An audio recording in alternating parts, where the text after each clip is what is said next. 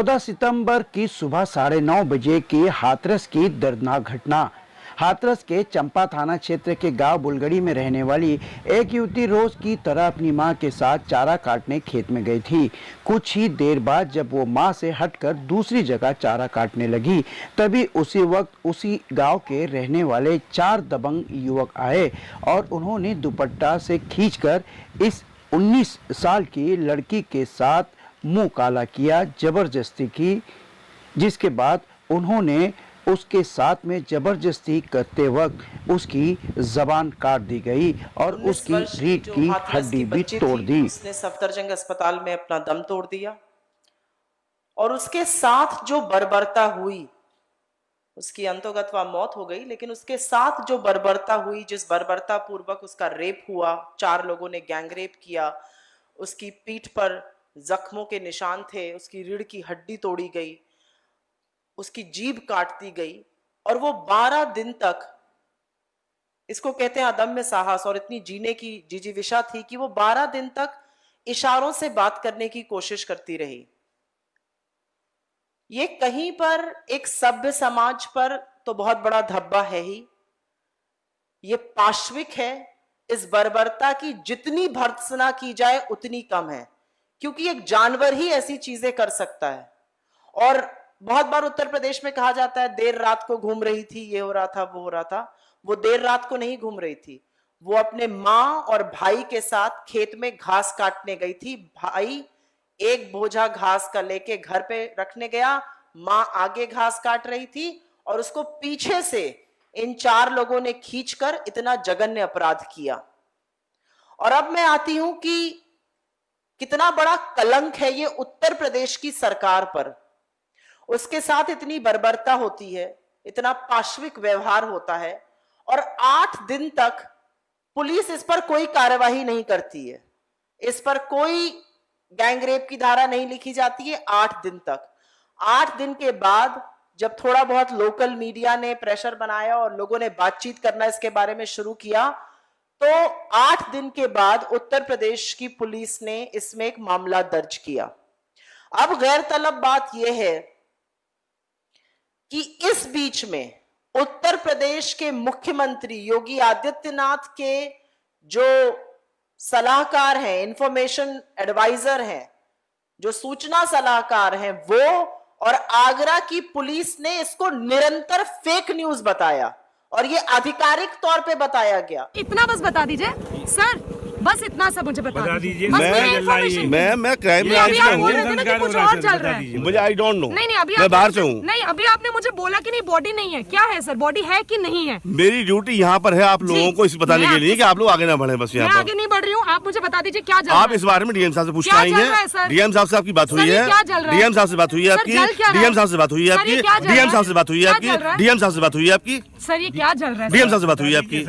कितनी डीएम साहब से बात हुई है आपकी? नहीं बात नहीं सही है, सब लोग जो ड्यूटी है मैडम वही बोलूंगा मैं। मेरी भी ड्यूटी है, क्या चल रहा है? ड्यूटी आपकी बात डीएम साहब से हो चुकी है। डीएम साहब से बात हो चुकी है आपकी? डीएम साहब से बात हो चुकी है? डीएम साहब नहीं है, डीएम साहब यहाँ नहीं है। बात आपकी हो चुकी है डीएम साहब से? मेरी नहीं, कौन सी बात हो गई डीएम साहब से? आपकी हुई है, आप वहीं जा रहे हैं। कौन सी बात हो गई? मुझे आप ही लोगों ने बताया अभी। ये क्या चल रहा है? आप लोग यहाँ खड़े हैं सर, ये क्या चल रहा है मुझे बताइए। मुझे पता नहीं क्या हो रहा है। संजीव कुमार, मुझे पता नहीं है।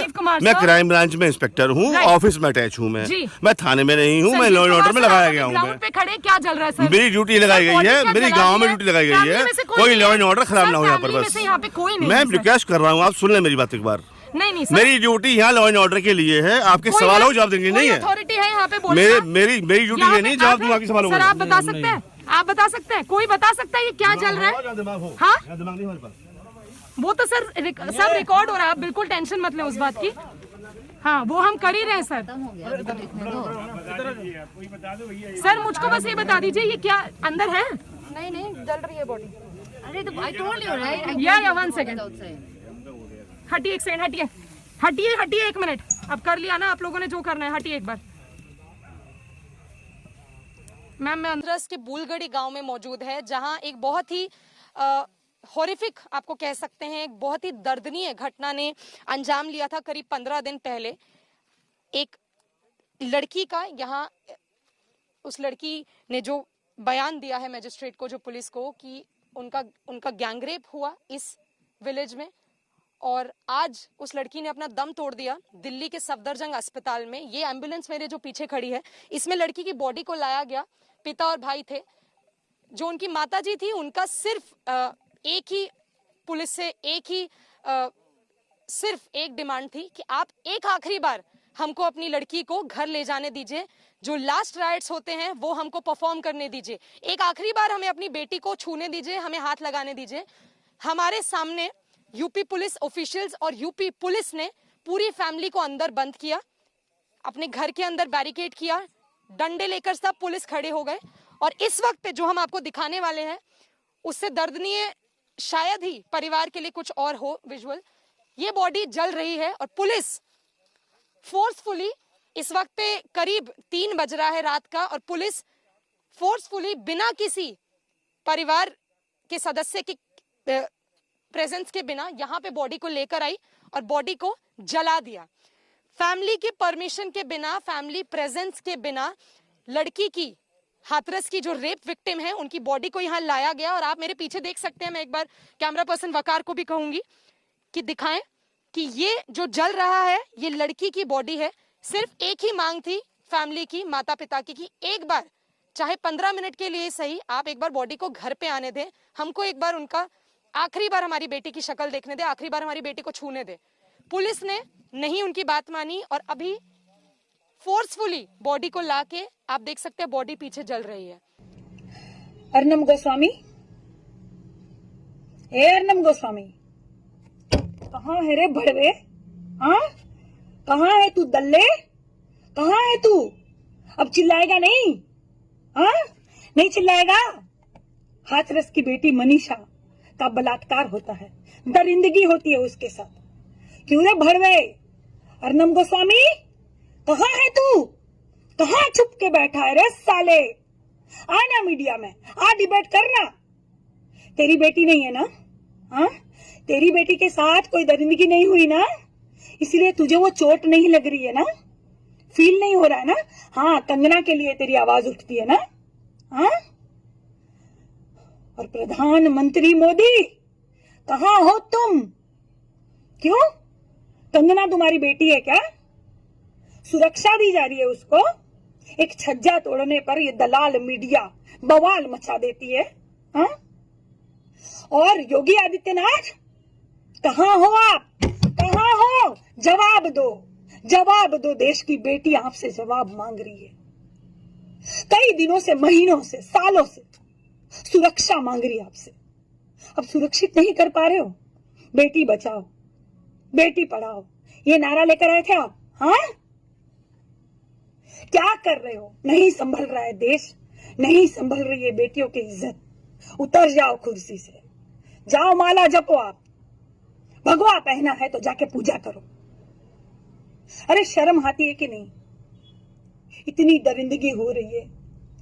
एक 19 साल की बच्ची, गैंग रेप होता है, जबान काट दी जाती है, रीढ़ की हड्डी तोड़ दी जाती है, गर्दन की हड्डियां तोड़ दी जाती है।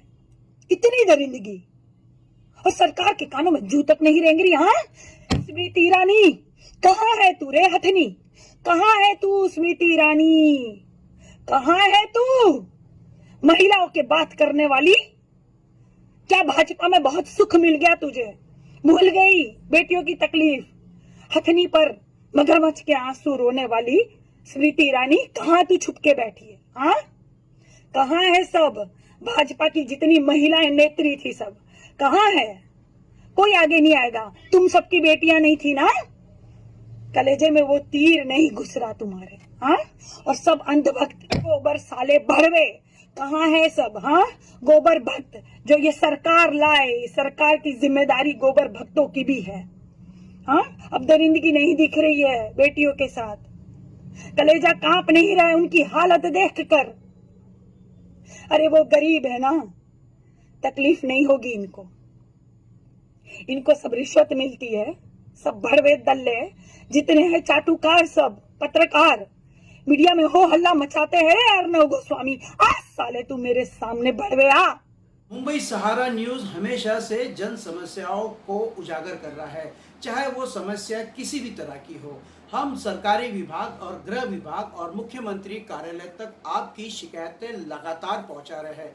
यदि आपके इलाके में या आसपास किसी भी तरह से कोई शिकायत या समस्या हो तो आप मुंबई सहारा न्यूज़ के ईमेल एड्रेस पर ईमेल कर सकते हैं।